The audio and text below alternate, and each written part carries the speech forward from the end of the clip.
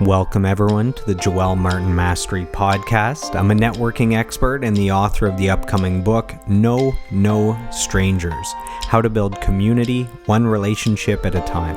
My why is the pursuit of mastery, and the goal of this podcast is to lock arms on a lifelong mission of daily personal growth to become the best version of ourselves. So let's dive in to today's episode.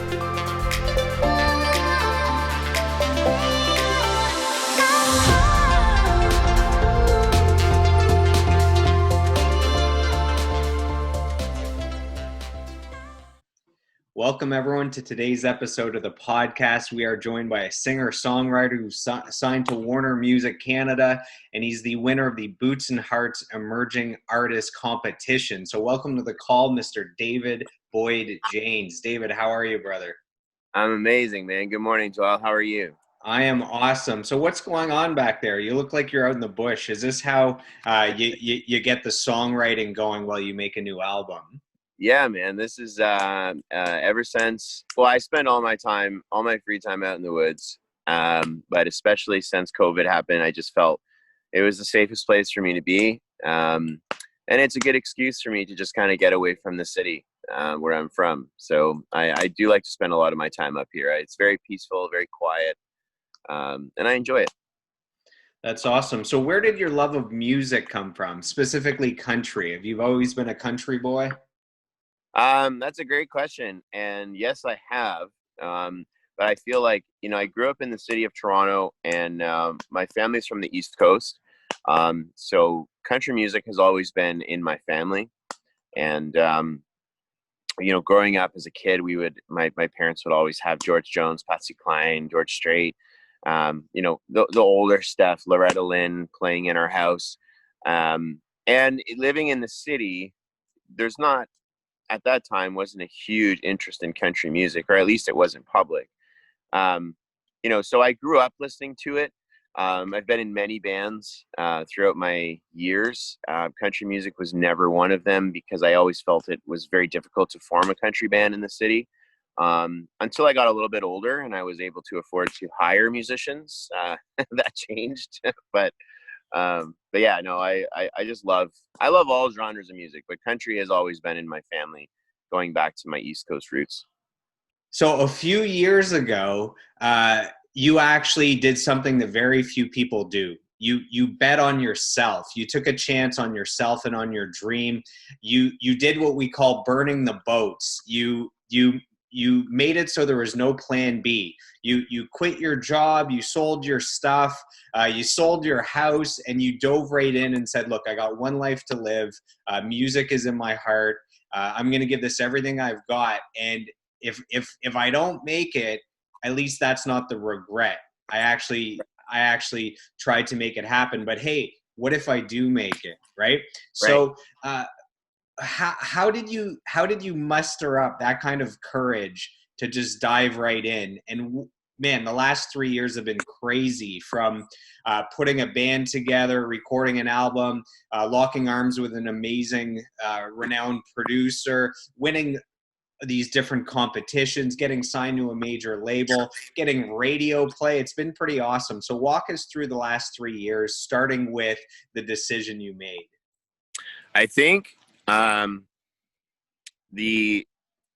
it's so hard to sum it all up in a matter of minutes. But what I will say for the listeners, and I think this is the most important thing to come out of this podcast, is you need to make sure you are at your center as a person, and you need to make sure that you are happy with who you are and what you're doing, regardless of what it is: music, school teacher, a chef, motivational speaker, doesn't matter. What matters is that you're happy. And I think going back many years, music has always been in my blood. It's always been my passion. And I got wrapped up in the corporate world, doing sales, making six figures, which is great financially, but I was never happy internally. I had a beautiful condo on the lake in Toronto, and I had all these materialistic things that one would find would make them happy. But I would wake up most days feeling empty, might be dramatic, but just feeling not complete, feeling like something's missing. And the irony of that is that I spent all this time in the city, um, in this fancy condo, and now I find most peace out in the woods. So it's funny how that worked out. But I think what led me back to music was, I was dating someone for 3 years, and we split very quickly. It happened very fast, and I was sitting in my empty condo thinking, there's got to be more to life than this. And you know I never understood why I felt empty inside. I never understood why I felt like it was a front. I was walking around with a fake smile. And it's kind of funny, actually, because the first thing that I really turned to after my breakup was your open mics that you used to do. And I used that as a distraction. The open mics were a distraction for me to just kind of get out of the house and start doing music again, which led me to meeting Joel Martin. Sorry. Oh my goodness. Joel Casme. You do have some whiskey in that coffee cup. It's a good early, morning, brother. So to Joel Casme, which was at Marco Polo in Mississauga. And I remember very clearly meeting him that night. So I'm very much a believer in the law of attraction. I'm very much a believer in, my saying thoughts become things, and the universe will find its way to you if you let it. I think that's the key. So, I started doing these open mics, and I started getting a good reception at these open mics and all these karaoke competitions and stuff. And it just relit the fire for me to get back into music and chase my passion. As far as, burning all my boats, as you say, I'm an all-in kind of guy. And and I guess there's a double meaning to that, but I'm an all-in kind of guy. And I feel like with the HVAC stuff, I'm very grateful that I had the opportunity to do that job and to have those life-changing experiences. But I wasn't all in. That wasn't my passion. And I went out and I got into this competition called The Shot in Kitchener-Waterloo, and I made it into the top 10 in Canada. And I met a guy there named Rick Barker, who was Taylor Swift's former manager. And he sat me down and had a chat one day, and he said, what do you do for a living? And I said, I sell furnaces and air conditioners. And he said, well, I think you should start selling your voice. He says, I think you have a great talent, and I think there's something here for you in music. And that was kind of the, one of the big deciding factors of going home and sitting down with mom and dad and saying, you're going to think I'm crazy, but this is what I want to do. I want to move back home so I don't have any overhead, so I can, focus everything on my music. And I want to take a shot at this. And I want 1 year to really take a swing at it. And if I have some success, or it looks like it's going somewhere, we'll keep it going. If there's no interest and it's just not going anywhere, then you got to throw in the towel. You can't commit financial suicide, right?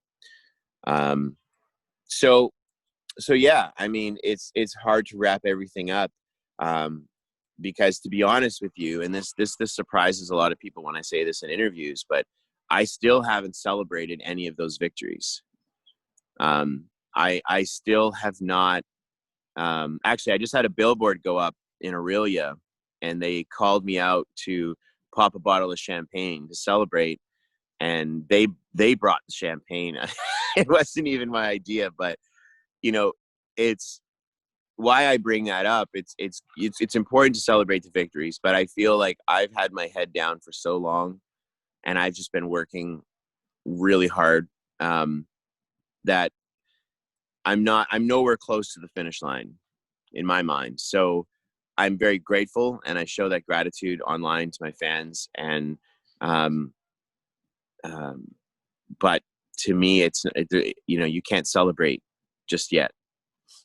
What do you see as being the finish line, or at least being, crossing that line where you say, yeah, this is what I've been working towards? Do you have a vision for what that looks like?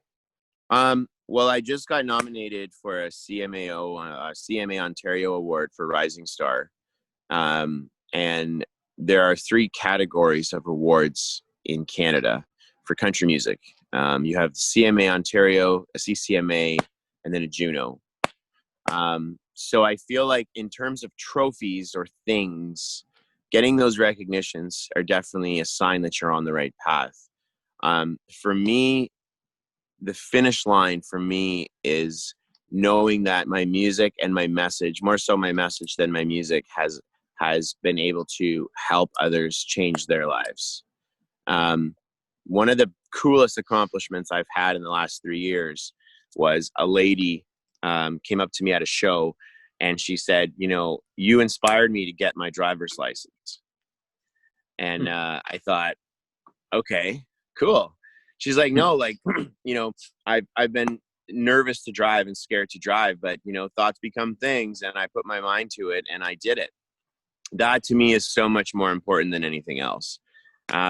It's how many other people are out there walking around not living their best life? How many other people are out there, working for someone else when they can work for themselves?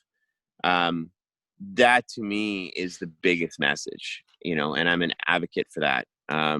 So there is no finish line in theory. Matthew McConaughey said he's always, his hero is him 5 years from now. So it's always pushing yourself and chasing, pushing yourself to get to the next step, whatever that means. But it's just motivating others. And it really makes me happy when, I've gotten some pretty crazy letters from people that I can't believe it. There was this woman in Italy who sent me a video of her teaching a dance to 120 people to one of my songs in Italy. It's like, you forget the power of the internet, right? And it's like, that's crazy. I used to sing karaoke at Boston Pizza at Square One, and now it's like, it's nuts. You know what I mean? And so it's the message, and it's trying to affect people in a positive way. And yeah, that to me is the most important thing. You might have a future as an inspirational speaker as well on the side of music. I actually just saw that Matthew McConaughey speech like a week ago, so I'm late to the party, but that's an awesome quote. There's also a Jim Carrey quote that's awesome. He says, I wish everyone could get rich and famous so they could see that that's not the solution, that's not the answer. And I'm saying that to go back to your point where, you had a 6-figure job. So you and I are lucky in the sense that in our 20s, we're able to generate a lot of income, which allowed us to quickly see that that's not everything. So we were doing well financially, but we both had this void, this emptiness, and we didn't know what it was. And for you, it was music. And for me, it was community. Surrounding myself with amazing people. I was doing everything alone. So we both had that experience, and now we're course correcting our lives where the money will come. If you're developing your talent, you're doing what you love, the money, look, you become a professional, and professionals get paid well for what they do by offering value and service and those things, product, whatever. So the money is coming, but at least it'll be a response to something that you're passionate about and something you're doing. So we actually are connected because we have a common history with Canadian Idol. Now, a lot of people are, they don't like to talk about it. They're on a reality TV show. Maybe they're ashamed. This is how I look at it. I never thought I would ever do something like Canadian Idol until the year I did it is the first time that they allowed you to have an instrument. So I could go on as a singer-songwriter, and I actually played my own song. And the way I looked at it was, look, I have a new album that's coming out. There's 2 million people that watch every episode of Canadian Idol. I can't pay for that kind of free promotion. So I Right. went, it was awesome. I was on some episodes, sold a lot of albums after when I released it. So I have Carly Rae Jepsen was a finalist the year I was on. Brian Mello was the winner. He's a friend of mine. So a lot of good came from it. What was your experience like with Canadian Idol? And you actually, so I remember the exact moment. So a few years ago, I was at Metalworks, #1 recording studio in Canada. I was walking through the kitchen. I remember the exact moment. I was walking through the kitchen. My phone rings. I answer. And some dude says, "Hey, this is David Boyd James. I was also on Canadian Idol. We don't know each other, but we should go on tour together. Or we should do something." And we Yeah. never ended up going on tour, but that was the start of us connecting and doing shows and events and becoming friends and Mhm. leading us to today. So what's your Canadian Idol experience? What's that like? See, this is where I get in trouble because I speak the truth. Well, I'll never forget sitting in the top 100 in that auditorium, and Ben Mulrooney walks out, and he said, "Hey everyone, and welcome to the top 100, and you're all talented and all this, blah blah blah." He said, "The one thing I want to say is that remember, this is a TV show. This isn't just a singing competition." And this woman got up and just smashed it vocally, but she wasn't the vision of what they were looking for. Um, and the whole room went silent when they said no to her. And I think that was the first reality check for me that this business is not just about music, you know? Um, and it was very sad. It was very disheartening.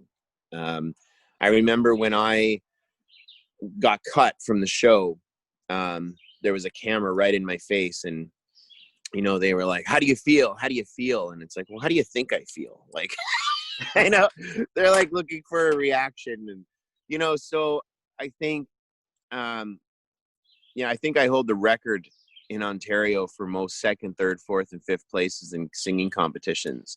Always the bridesmaid, never the bride, and it's just the way it's been. So I think those shows are great to introduce artists, to high pressure situations, and to, working well with others. And I mean, this is what I say. If Canadian Idol came back and someone asked me, what is my opinion on doing Canadian Idol? I would say do it for the networking opportunities. Don't do it to win Canadian Idol. Don't do it to make, the top 100 or the top 10 or the top whatever. Do it for networking opportunities. And I have that opinion about all competitions. I won 3 of the biggest emerging artist competitions last year, and I won them all with the frame of mind of let's just do a show, as opposed to let's win. And I have so much experience with losing, um, that you get to a point where it's not about winning anymore. It's just about showing up and networking and learning from, Conor McGregor is someone who, I adore. I adore his work ethic. He's not talented. He's obsessed, right? He's not gifted. He's obsessed. And I love the way that he thinks. I think, Nate Diaz always said, he's selling wolf tickets, man. You guys are buying wolf tickets. It's like, they got to sell the show, right? And he was super cocky and confident, and it sold tickets. People loved it. But at the end of the day, when he stepped in the ring, he turned all of that nonsense off, and he became a professional fighter, and he picked people apart. So, it's different when you're inside the industry and you're on the other side of the fence. You see a different side of the business, and I think going back to your question, that's what I learned with Canadian Idol is that there's the front side, the Walt Disney side, right?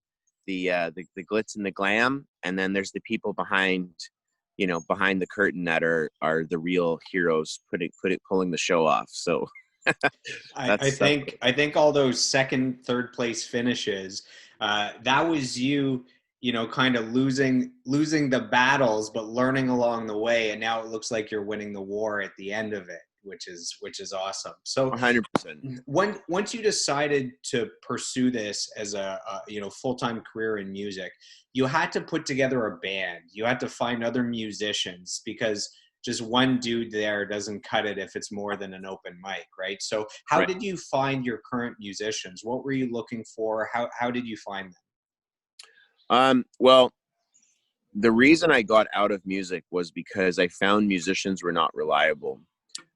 Whether they partied too much or they didn't take it seriously. It's really hard to get a group of guys, let alone adults, to be serious about the same thing. Um, and I think, especially today, people's attention spans are brutal. So what I did is, the advice I got from Rick Barker was, treat this like a business. Pay your musicians to rehearse, pay your musicians to perform, have a very structured plan and business plan. And that's what I did. I went on Facebook, believe it or not, and I said, you know, I'm looking for a band, and I'll pay for rehearsals, and I'll pay for shows and all this stuff, and treat it like a business. And it took me almost 3 years to build what I feel now is the perfect band. But there was a guy named Chris Posey who used to play at your open mics, and there was a guitar player in that band named Brian Sheridan, and he's one of my closest friends. He's no longer in the project because he's decided to focus on, you know, a different career, and taking a step back from music, which I respect. I miss him dearly, but I respect it. He came up to me at your open mic, and he said, "Hey man," he's like, "you got a hell of a country voice." He's like, "I'd love to, you know, build a band with you or something sometime." And I just kind of blew him off because I wasn't ready for it yet. And I just never thought I'd get back into music the way I am. And about 6 months went by, and we were at another one of your open mics in Streetsville at Cool Collins, I believe it was called. And he came up to me, and he's like, "Hey man, are we ever gonna like do this band thing?" Or and I said, "Okay, you know what? Let's do it." And Brian introduced me to a lot of people. He opened a lot of doors for me. He's a very well-respected musician, and one of those doors was to Dave McDougall, who is now my drummer. He used to play for Kira Isabella, Blue Rodeo, to name a few. Marshall Dane, and Dave introduced me to Ben, who is now my music director, who also played for Kira Isabella. And then Ben introduced me to Dave Chow and to Rich, who's another guitar player. Chris Bray, I met from you know, Brian Sheridan, and so it all, you know, everything just kind of connects. But anyone that has ever worked for me or played for me will tell you, you know, I treat them with respect. I treat them like when it comes to the business side of things, I treat them very professionally, but they're also a friend. None of them have ever seen me intoxicated, you know, regardless of victories or celebrations, or, you know, not that drinking is bad. It's just, I had a bad experience when I was 19 and I was touring in Europe with a rock band. And it just really turned me off of that side of the industry. The industry, there's a lot of drugs, there's a lot of drinking, there's a lot of all of that stuff, if you allow it. That's the key thing. I've had a lot of people with these speculations of, oh, you're an artist, so you must do drugs, or you must drink, or you must party. And no, that's only if you allow it, you know, like anything in your life. So that's how I met them. A lot of this has really started from your open mics. You know, so who knows, without those open mics, I mean, I might still be selling furnaces right now. So That's funny. That's funny. So you had mentioned Joel Casme a little bit earlier. So that's a yeah. mutual friend. I worked with him at Metalworks. For people that don't know, he's a multi-platinum producer. He's worked with Sum 41, with the Tea Party, Our Lady Peace, NSYNC. So can you talk a little bit about what it was like working with him? He was there for, I believe, your first album that you were recording, and then we can talk about, you're in the studio now recording for for something else. Yeah. So he was at Marco Polo that night. I don't remember why, but I remember you coming up to me and you saying, "Hey, see that guy over there?" Right before I was going to sing. Thanks for that. And you're like, that guy's a big deal. And no pressure. But I sang, and he came up to me afterwards, and he was a great guy. And he just kind of said, "I love your voice and it'd be cool to work together." And he invited me over to his home, and in his home studio, and we talked music, and we started working on some stuff together. And when I finally made the decision to dive into this, I called him up one day and I said, "Joel, can you just go to Nashville and cut a record?" And he's like, "Yeah, I don't see why not." And I said, "Well, how much would it cost?" And he's like, "I don't know." He's like, "I can find out." And I said, "Yeah, find out."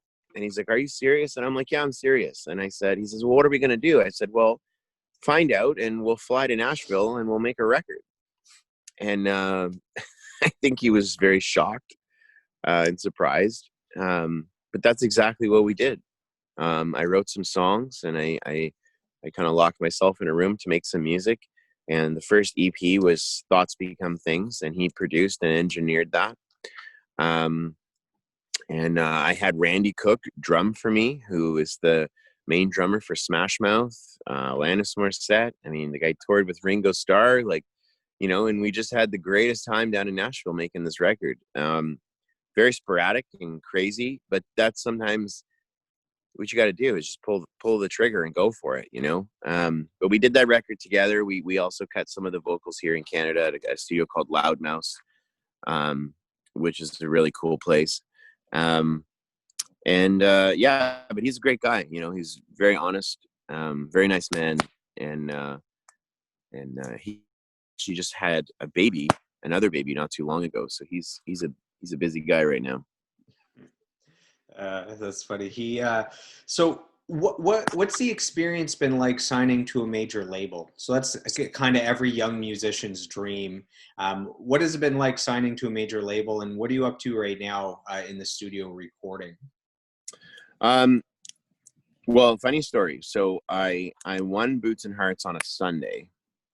Monday morning at 10 a.m., I called Warner Music the next day, and I said, "Hi, it's David Boyd James. Can I be connected to Steve Cody? He's the VP of Warner.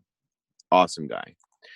And they said, "Who is this? Who's calling?" And I said, "It's David Boyd James." And they said, "Oh yeah, you just won the Boots and Hearts." They're like, "What are you doing calling us at 10 o'clock in the morning?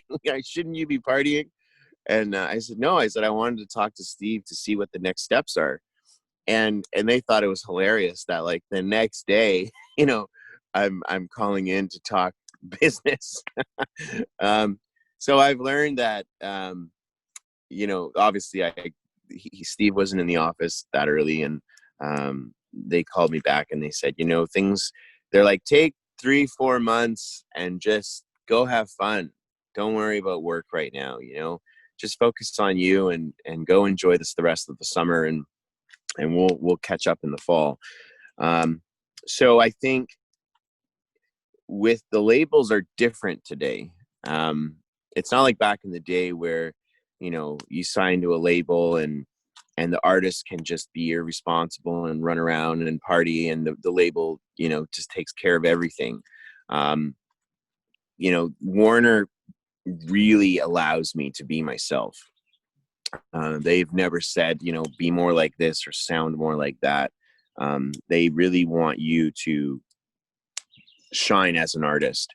But I feel like in today's age, it's very much the artist's responsibility to keep on top of things and keep the momentum moving, with the support of the label.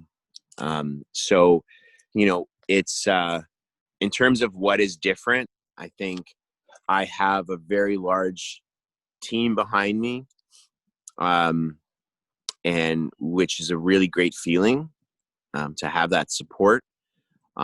But it's still very much the artist's responsibility to keep working hard, and keep at it. You know, they don't call you up and say, "Are you writing songs, David? You know, are you training? Are you working on your cardio for your tour? Are you practicing?" You know, they don't ask these questions. It's assumed that you're working hard, and you're ready to go and you're prepared. They definitely check in, you know, throughout COVID, and to see, you know, mentally, how are you feeling, and how are things, and how are you doing, and you know, so that is very encouraging.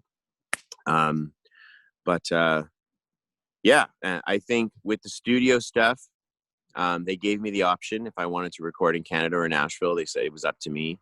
Um, I'm working with Jeff Delzeel. I'm not sure if you're familiar with who he is, but the last 2 years in a row, he won Producer of the Year at the CCMAs. He's become a very good friend of mine. He also won a Juno last year. Um, and he's just a great dude. And we were in the studio last week cutting my single that's coming out with Warner. I co-wrote it with James Barker from James Barker Band, and my good buddy Aaron Allen. Yeah, I mean, it's been awesome. I have 28 new songs right now, and you know, I was told jokingly, stop writing songs, because we can't record them all. There's just too much. But obviously they're joking, because it's important to keep writing songs. But yeah, it's been a really, really cool experience, and getting to meet different people. And I had already developed an acquaintance with Jeff Delzeel through Joel Casme, because they were friends. So I met Jeff Delzeel 3 years ago at the CMA Ontario Awards, and I just came out as an artist, and you know, we had a very small conversation. It's a real honor to work with him now. It's awesome that you're writing a lot of songs, because what you don't want is, let's say you're putting out a 10-song album and you're recording the only 10 songs that you wrote. What's awesome is if you have 28 songs and you record 10, it's almost like your album is a greatest hits, right? It's the 10 best songs out of the 28 that you wrote. So I think that's awesome. And you've been fortunate that you've had 3 singles that have charted on mainstream radio recently. What is the range of emotions that you went through when you heard your music on the radio? I have a video of the first time. I think I saw that. Yeah, and I cried, because I think, you know, if anyone knows this story more than anyone, it's you, with the karaoke and the competitions and the open mics. I mean, you know, it's a really special thing that I can still share that with someone, because you were there. You were a part of this before either of us even knew it was happening. You know, Marco Polo, Boston Pizza, The Cock and Pheasant. Yeah, those are, that was the foundation. That was the root that was coming up through the ground of something that was going to be really special, that neither of us knew, you know, was happening. And so I think it's like, hearing it on the radio, it was like, wow, this is real. You know, this is actually turned into something. You know, I have a song on there. I remember eating sushi when I got a call from my radio promoter to tell me I'm on Sirius XM. And he, you know, he was so excited, and so was I. But I didn't realize that, and maybe people don't know this, mainstream radio, if it's a reporting station, you get 87 cents every time your song plays on the radio. Sirius XM pays like $32 American every single time your song plays. So for an artist, that's awesome, because it really helps you recoup your, you know, some of your costs for putting a song to radio and recording. It's a lot of money. You know, so that was a huge celebration. But just hearing your song on the radio was a big thing. the first time. And I remember driving in my car, and, it'd come on the radio, or a radio announcer would say, "Oh, there's this new artist coming out of Toronto, David Boyd James." And I'm like, Mike, that's me. That's insane. So it's just crazy. I'm super, super grateful, for it. And it's something I can't explain. And, now I think I'm on 29 or 28 stations across Canada, with Sirius XM. And, I remember getting my first ad. It was a station out in Winnipeg, Manitoba. And it was, Country 103. Country 103. Oh God, this is terrible. I think it's Country 103. But I got my first ad out in Winnipeg, at Now Country Radio. And I have a video of the first time they played it. And it was, Kimberly, Dawn, and Steve were the hosts. And, yeah, it was really cool. So I saw the video of the first time your song played on the radio because of social media. So how important is social media for a musician to build a legit fan base? And it looks like you've had over 1 million song plays online. So you're doing something right. Any advice for young musicians with social media? Yeah, I think, it's really important to, stay on top of your social media with your fans and stay engaged with your fans. I would tell other artists or entrepreneurs, or anyone really, don't pay for followers. Don't pay for likes. Don't pay any sort of, advertising company to really push your brand on other people. This is my personal beliefs. I'm more or less about organic growth. It will take longer, but you'll have real fans. You'll have people, I always said you could have 30,000 followers on Instagram, and then you have a show and 10 people show up. So where are those 30,000 people? It's about engagements. That's another thing. Labels now look at engagements. They don't care how many followers you have. They don't care if you have a blue check mark. They don't care, how many people are watching your videos, how many people are commenting on your videos, because it's effort to comment. It's easy to watch. It's effort to comment, right? So I think focus on the brand, focus on the music, focus on what you're doing, and naturally people will support you if they like what you're doing. To force it on someone is not going to create retention, and it's not going to put bums in the seats, when you have shows. So, it's pretty cool where I can, go on social media. It's funny. Right before COVID hit, I contacted a club in Toronto to do an acoustic show. And I was like, man, I hope we can sell it out, or I hope we can fill it.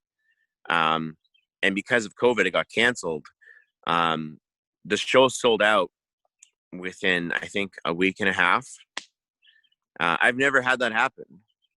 We had too many people, and it was like, I'm not saying it to brag about it. I'm saying it because I was shocked. I was like, wow, this is crazy. And then I thought once COVID is over, I'm going to have to book a bigger venue, because the venue that I booked isn't going to be big enough. And I just think that's, staying engaged with your fans. When someone comments on your wall and says, hey, I really love what you're doing, take 5 minutes and write back to them and say, hey, thank you for taking the time to say that.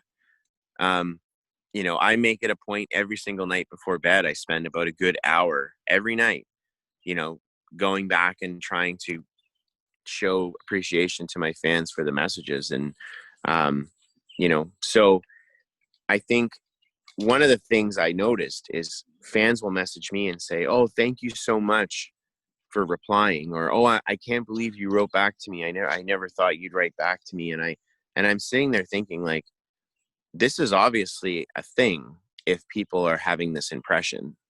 So more artists need to take the time to message their fans, and say thank you, because without them, you're singing karaoke at Marco Polo. So That's very true. Now, COVID and self isolation has affected everyone. It's really hurt musicians. It hurt me. It's hitting musicians hard because musicians, a big source of income is the touring and the live shows, and all of that ceased immediately. And there's been no concerts for the last 3 months. How has it affected your career, and how have you adapted, and what have you been up to for the last 3 months? Maybe now is a good time to do the writing and the recording to be ready for shows coming back at some point. Yeah, I mean, it's COVID has been detrimental to a lot of people in a lot of professions, and has affected millions across the world. I think as an artist, as a music creator, I think our job is incredibly important, to continue to provide relief, to those people, with our music and through entertainment. And I think the music community as a whole, across all genres, across the entire world, has done a really great job with the live streams, doing these performances and these Q&As, and I think it's brought fans and artists closer than ever, because all of these artists, the big superstars, they have time to go online. They have time to do Q&As. You would never get to sit down and do a Q&A on Instagram Live with Luke Combs otherwise, because he's touring and he's busy. And so I think it's allowed fans to get into the living room, so to speak, of their favorite artist, pun intended, to really get to see a different side of the artist. I've maintained as positive as a frame of mind as possible. I've been really busy working on new music and writing, and just recently got in the studio. We had our second rehearsal a couple days ago, in a DC Music in Toronto, and they've Marco is the owner of DC Music, and he's put together a super professional, let's call it COVID friendly environment for musicians to practice and rehearse. And so it's what you make of it, right? I keep myself far away from the city, just because I much prefer the quiet. I much prefer being out in the woods and, being able to just relax and not be surrounded by panic. But I mean, my hat is off big time to the frontline workers and all those people that are helping pull this together. And I think, if we continue to take this seriously and separate ourselves, and follow the rules, and the guidelines, this will be over. And when it is over, it'll be the entertainers that are called on to celebrate, and I think if anything, I think this pandemic has really honed in on, be grateful for the freedom that you have. Be grateful that you can just walk outside and go to the park, or go to a ball game, or go sit on a patio, or because you can't right now. So I think when this is all over, it's going to be like the Roaring '20s, where we there's all these sold out shows. And my buddy Brett Kissel just did the first drive-in theater show yesterday, out west, and he sold out, I think, 8 shows. And it's weird to see him on a stage singing to a bunch of cars. I saw they had a big jumbotron that said honk honk, and they're telling people to honk their horns, and just a weird time, but I mean, there's an example of someone who I look up to that, is just making the best of what it is. So, I think there are always going to be challenges. There are always going to be obstacles, and you just have to keep moving forward. And I think if you can get through this, I mean, you can get through anything, right? Yeah, our mutual friend Matt Zaddy has been playing old folks' homes where it's like a social distance. He's on one side of the parking lot. The elderly are on another side, all separated. So he's found a way to creatively keep performing, and things will open up as we go, I believe. I love that guy. You know, he's such a him and his wife Heather, I believe is her name. Yeah. They're just wonderful, wonderful people, and that's. I'm happy to hear that. They're probably the two nicest people on the planet, and they just happen to be married to each other, which Yeah, is pretty yeah, awesome. yeah. It's amazing. They're really good people. So you won a Mississauga Music Award last year for Artist of the Year 2019. Hmm. There's a saying that a prophet, what is it? You're never a prophet in your own hometown. Normally, you have to go somewhere else to get recognition and to be recognized. In your hometown, it's like people take you for granted. Canadian artists normally go to the US where they blow up, and then suddenly Canada embraces them.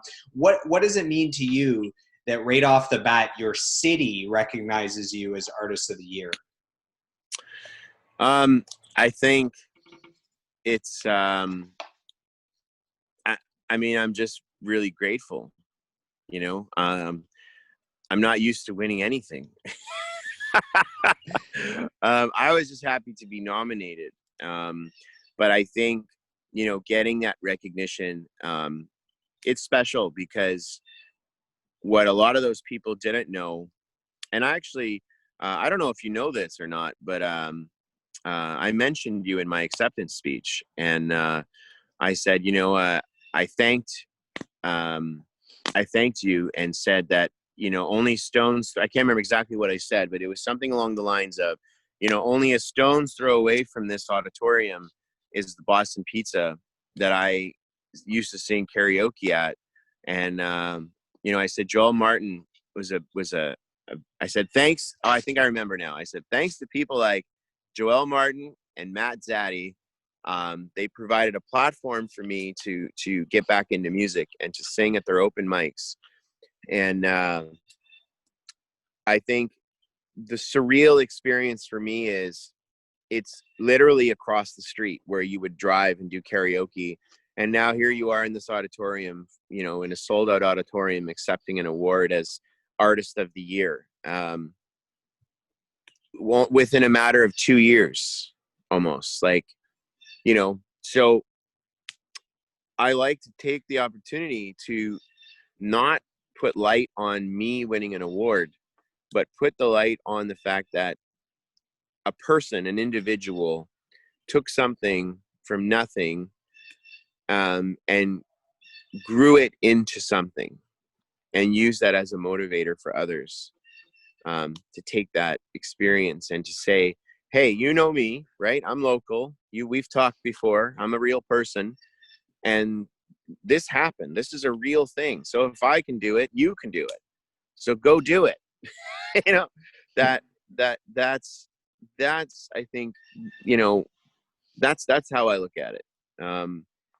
And it was a great honor, and I'm very grateful for it. Mike Douglas is a great supporter of mine, as well as a lot of other musicians and arts from the Arts Council of Mississauga, supporting people, and Mississauga Arts Council and Mississauga Music and all of those, Demetrius Nath, and there's a huge, I'm missing a lot of people's names, but there's a lot of people behind that help support that community.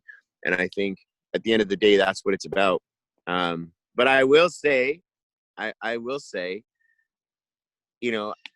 pretty proud to be a country artist winning that award, because I remember I was doing an interview with City TV, and they said, you're a country artist, and isn't it kind of weird that you're from Toronto? Like, don't you think that's kind of strange? And The big city. yeah, and I thought, no, we're one of the biggest cities in the world, and just by the fact that the population of here, you can't tell me there aren't country fans in the city. You can't just base someone's love of music on where they live, or the color of their skin or where they're from, or, you know, we all love music. It doesn't matter where you are, or, you know, where you're from, or, you know, music is music. And I saw a quote one day and I never forgot it. It said, we all smile in the same language. And, you know, that's a good one, because that's, music is one of those things that, you know, it affects everybody differently. And, but I was very, you know, that was a little fist pump to be a country artist winning that award in the city. So. Well, thank you for that powerful shout out. I was not aware that I got that shout out. So thank you. I appreciate I it. have it on video too. So. Awesome. Send that to me. I will. See, I was nominated a few years ago for Best Acoustic Artist, but I didn't win. So I wasn't given a mic to be able to say thank you to anyone. So, so that's pretty funny. I know what it's like to be the runner-up. Don't you worry. So how important is personal growth for you? Is there anything that you're doing to make sure that you're better today than you were yesterday? For sure. I think self check-ins are super important. I think it's really important to, you know, like, for example, we all have rough days. We all have, you know, times where we're questioning, is this really what I'm supposed to be doing? Like, am I crazy? You know? But I think, you know, to sit down and think about, you know, look at what you've accomplished. You know, there's a quote, and secretly, I haven't really talked much about this, but one day I do want to get into motivational speaking and helping others, because that's something I really thrive on. And there's a quote that says, you know, I didn't come this far to only come this far. And I think that's something people need to remember. You know, when the going gets tough, you got to keep going. And the idea of, think about that, you know, I didn't come this far to only come this far. So I don't celebrate my wins enough. I don't, I just kind of do it and I'm like, awesome, we did it. I'm grateful. What's next? And that's my, you know, that's my, something I need to work on, is celebrating. But I think for me, it's bigger picture, and there's so many layers to what I'm trying to do that I feel like celebrating is allowing yourself time to take the foot off the gas pedal when you're going up a hill.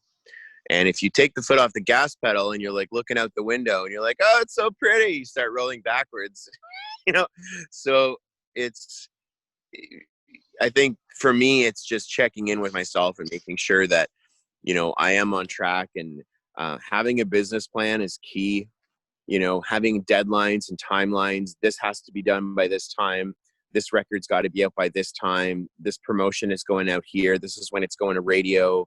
Having all of these things lined up and following it like the schedule as you would with any other job is super important. And I think in the music industry, entertainment industry, it's so easy to become lazy and complacent with, we'll do it tomorrow, or we'll do it next week. Or, you know, I've spoken to a lot of friends in music, and I asked them, so are you rehearsing? Are you playing? Like, are you? No, I'm just kind of hanging out, playing video games. And I'm thinking, like, man, you have all this free time right now. You should be like, if you know, whether you wanted to learn to play the guitar or whatever it is you wanted to do, you had 3-4 months to do that, and you didn't do it.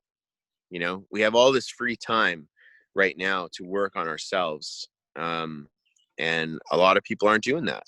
So I think you need to do that, and you need to manage your time wisely, because when the gate opens, I have this little saying that I kind of came up with. If you're let's say you're at a red light. Let's say there are 5 cars in a row and you're all at the front and you're at the red light, and there are 5 cars behind those cars that are in front. What happens when that light goes green? Some people will lay on that horn the second that light goes green. Like, you're almost like, come on, man, it was literally a second. Like, be patient. And there are some people that will sit behind you and you could count to 30 until they'll hit that horn to tell you to get out of the way. How is this relevant to the question? When the light goes green, there are some people in this world that are, get out of my way. If you want to sit there and stare at the green light, that's your problem. Get out of my way. I got places to be. And there are other people that just, they're daydreamers, right? So you got to figure out what car you're in and how important it is to where you need to get to where you're going. And realize that when that light goes green and it's game time, you're either ready or you're not. So I'm ready. What's the saying? If you stay ready, you never have to get ready. Something like Yeah, that. A I'm ready. career in the music industry is tough, man. It's a lot of work. There's no guarantees. There's a lot of rejection. So how do you keep this fun while you're building this along the way? Because I don't have that mentality going into it. I think what you just said, I've heard that echoed on many different conversations. Oh, being a salesperson is hard. There's no guarantees. It's all commission. If you don't sell, you don't make money. It's a lot of stress. There's a lot of, I don't know if you ever seen The Boiler Room. I'm pretty sure you have, right? There's a quote in that movie. Actually, Glary Glenn Ross. That's a better one. Glary Glenn Ross is a movie that people should check out. And there's a scene in that where Alec is it Alec Baldwin? I think it was. So. He comes in the room and he's like, oh, what 10 years from now you're gonna be sitting at a bar thinking, oh yeah, the sales job is a hard racket, and complaining at a bar that it didn't work out for you. I think in anything in life, it's what you make it. And for me, I'm very lucky and grateful. I won't say lucky. I'm very grateful and fortunate that the stars aligned for me and has given me the opportunity.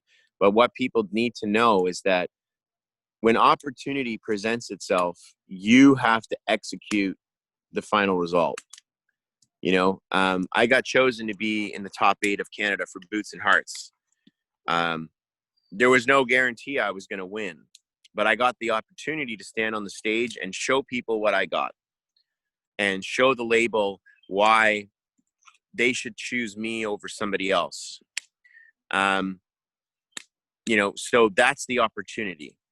And I think if you focus on self-growth and building yourself and learning, when the opportunities presents itself, there's a saying about being lucky. Luck is when opportunity and hard work cross paths, or something like that. Close enough. The harder I work, the luckier I become.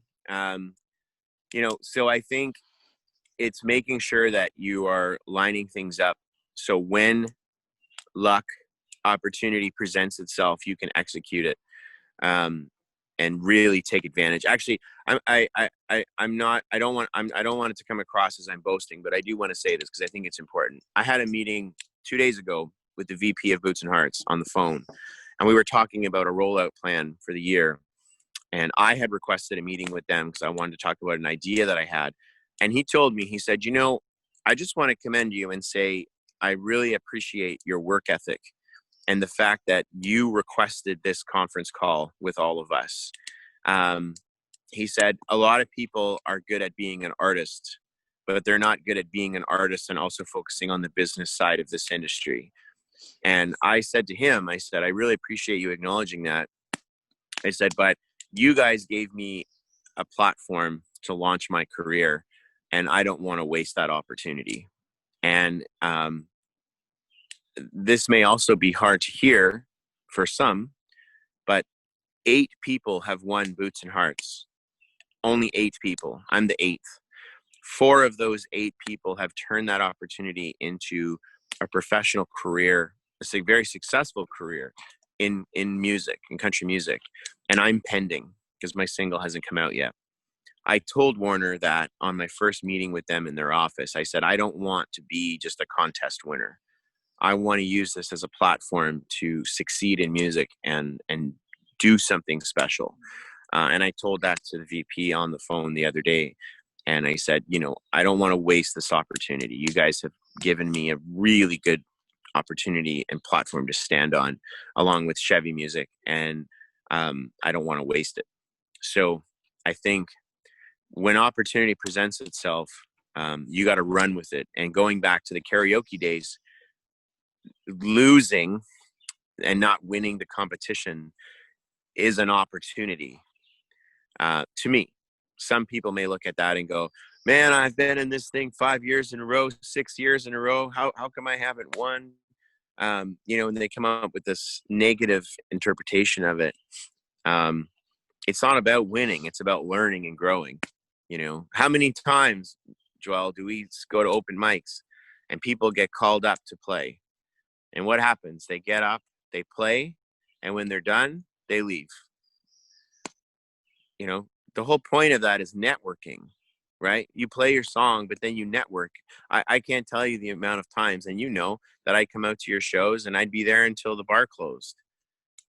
Some nights I couldn't, I had to leave early, but there's a lot of nights where I was there 3, 4, 5 hours, so it's the opportunities when they present themselves, what you do with them.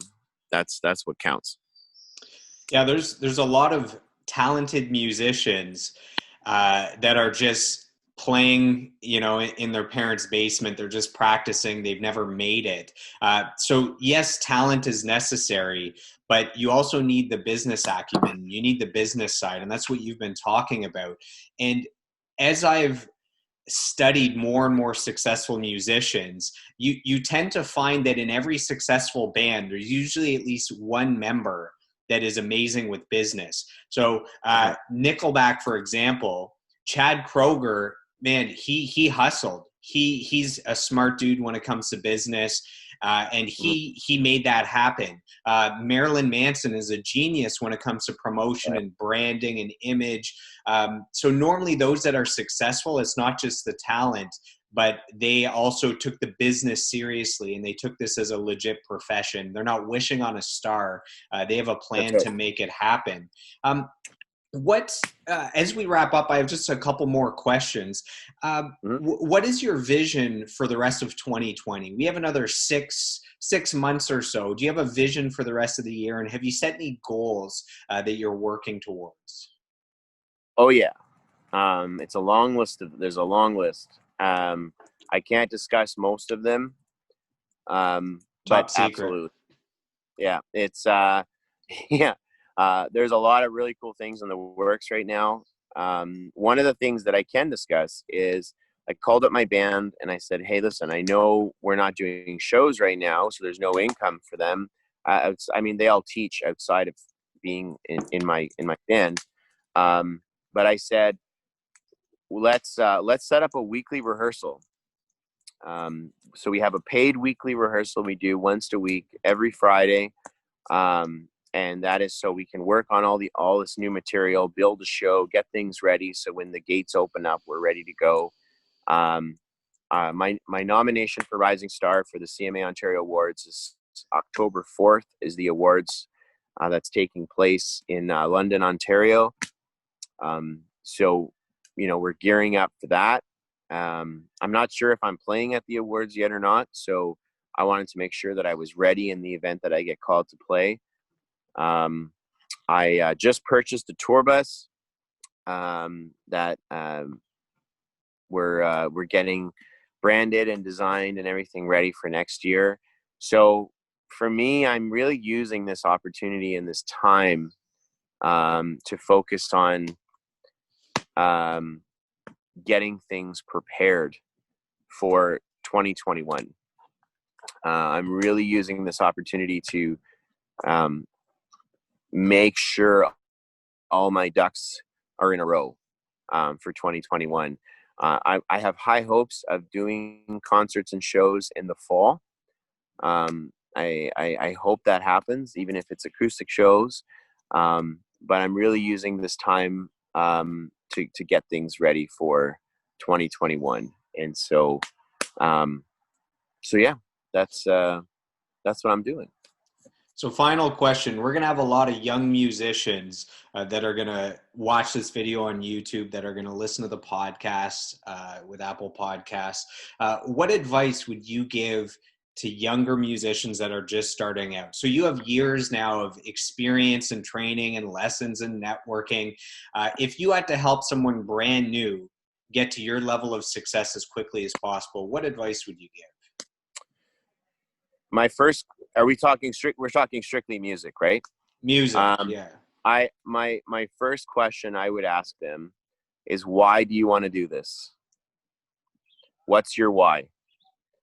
That's the first question. If they can't answer that question, then everything else is, irrelevant.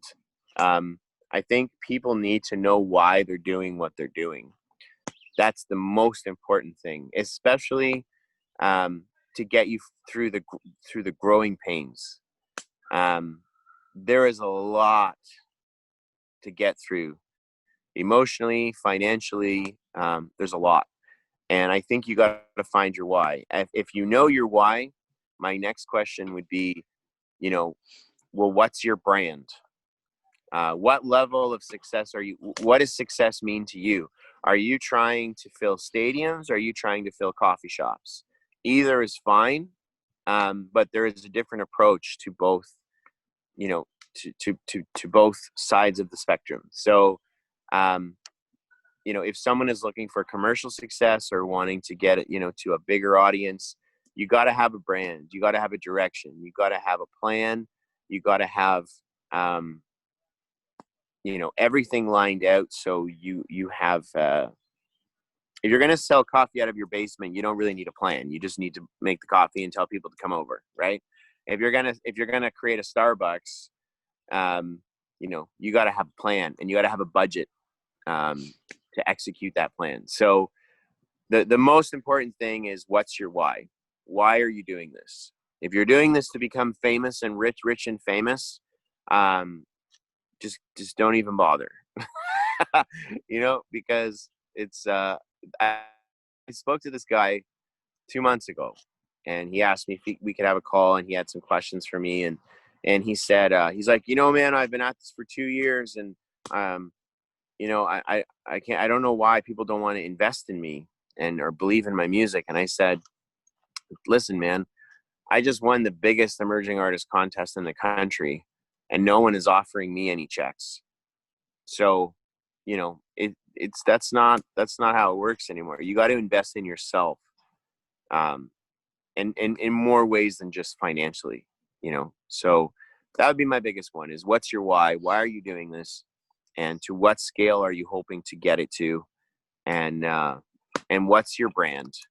And I feel like a lot of people don't ask people what's their why. So when you ask that question, it stumps a lot of people. And they later are able to turn around and tell you when they really sit down and think about it. But before you do anything, you need to understand your why. And without that, you will find it very difficult to get through the hardships and roadblocks, because there's lots. There are endless roadblocks.